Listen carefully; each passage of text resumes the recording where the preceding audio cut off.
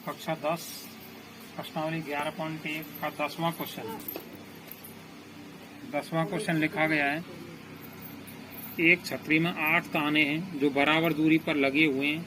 देखिए आकृति 11.10। छतरी को 45 सेमी त्रिज्या का एक सपाट वृत्त मानते हुए इसकी दो क्रमागत तानों के बीच का क्षेत्रफल ज्ञात कीजिए। ये चित्र बनाया गया है। इसमें ये छतरी है, फिर इसमें बगल में साइड में इसको सपाट वृत्त माना गया है। इसमें 8 तान लग रहे हैं, तो 8 त्रिज्या हो गई। तो ये चित्र मैंने आपको समझाने के लिए यहाँ भी बना दिया। 8 तान या 8 त्रिज्या हो गई। प्रश्न में तो आ गया दो क्रमागत तानों के बीच का क्षेत्रफल, जैसे कि ये तान नंबर 1 है, ये तान नंबर 2 है। इन दोनों के बीच में जो चित्र बनाया गया है, ये इसका हमें क्षेत्रफल ज्ञात करना है। तो ये चित्र आपका किसका है? त्रिज्या खंड का, क्योंकि इसमें 2 त्रिज्या और एक चाप है। और त्रिज्या खंड के लिए 2 चीजों की आवश्यकता होती है, आर की और थीटा की। तो आर हमने लिख दी 45 सेमी जो प्रश्न में दी गई है। थीटा नहीं दिया गया था, इसको हमने कैसे निकाला? 360/8, क्योंकि केंद्र पर 8 कोण बन रहे हैं। 360 केंद्र का मान है, तो 8 का भाग दे दिया, 45 डिग्री उत्तर हो गया। तो आगे लिख दिया दो क्रमागत तानों के बीच का क्षेत्रफल। सूत्र लगा दिया पाई आर स्क्वायर थीटा/360। पाई का मान ले लिया 22/7, पाई का मान 22/7 गुणा आर स्क्वायर, आर का मान है 45 गुणा 45 गुणा थीटा का मान भी 45/360। अब 45 और 360 आपस में 45 से कट गए, ये एक बार और ये कट गया इसमें 8 बार। और 45 गुणा 45 कर दिया 2025 आ गया, बटे फिर यहाँ सामने गुणा में लिखा गया 22/7 जो कि त्यों उतार दिया। अब 22 को और 8 को दोनों को 2 से काट दिया। 22 के स्थान पर 11/7 लिख दिया गुणा 2025 गुणा 1/4 आ गया। अब 11 का गुणा 2025 से कर लिया तो उत्तर आ गया 22,275। और इधर 7 गुणा 4 कर लिया 28 आ गया। अब 28 का इसमें भाग दे दिया तो उत्तर हो गया 795.53 सेमी स्क्वायर के लगभग। यानी इसका दो क्रमागत तानों के बीच का क्षेत्रफल ये हो गया। किताब में हालांकि उत्तरमाला में इतना ही दे रखा है, पर आप यहीं तक नहीं छोड़ गए, आगे भी करके आए इसे। फिर 11वां प्रश्न, 11वां लिखा गया है, किसी कार के 2 वाइपर हैं जो परस्पर कभी आच्छादित नहीं होते, यानी आपस में एक दूसरे से नहीं टकराते हैं, शीशे पर लगे हुए होते हैं ये। प्रत्येक वाइपर की पत्ती की लंबाई 25 सेमी, जो पत्ती की लंबाई है वो त्रिज्या हो गई, और 115 डिग्री के कोण तक घूमकर सफाई कर सकती है।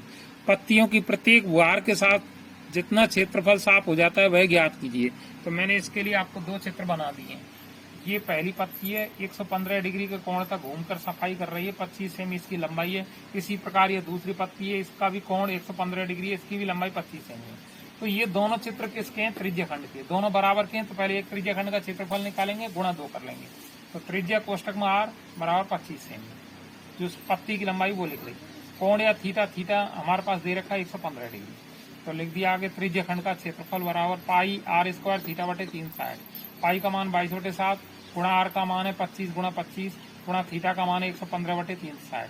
अब 115 और 360 को 5 से काट लिया, 115 कट गया 23 बार और 360 कट गया 72 बार। और यहाँ 25 गुणा 25 कर दिया 625 आ गया, गुणा 22/7।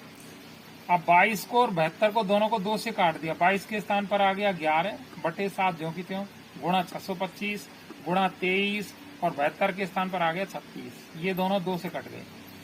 अब आगे 11 का गुणा 625 से कर दिया तो उत्तर आ गया 6875/7 गुणा 23/36। अब 6875 गुणा 23 कर दिया जाए तो उत्तर आ गया 1,58,125। और 7 गुणा 36 कर दिया, उत्तर आ गया 252 सेमी, 252। और सेमी स्क्वायर लगाना चाहे तो लगा सकते हैं।